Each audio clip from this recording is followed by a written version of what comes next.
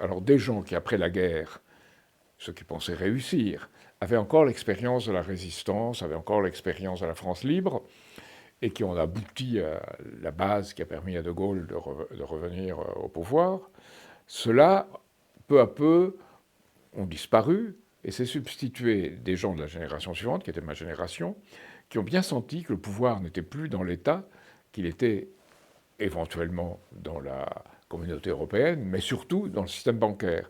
Donc peu à peu, ils se sont mis à servir des intérêts financiers.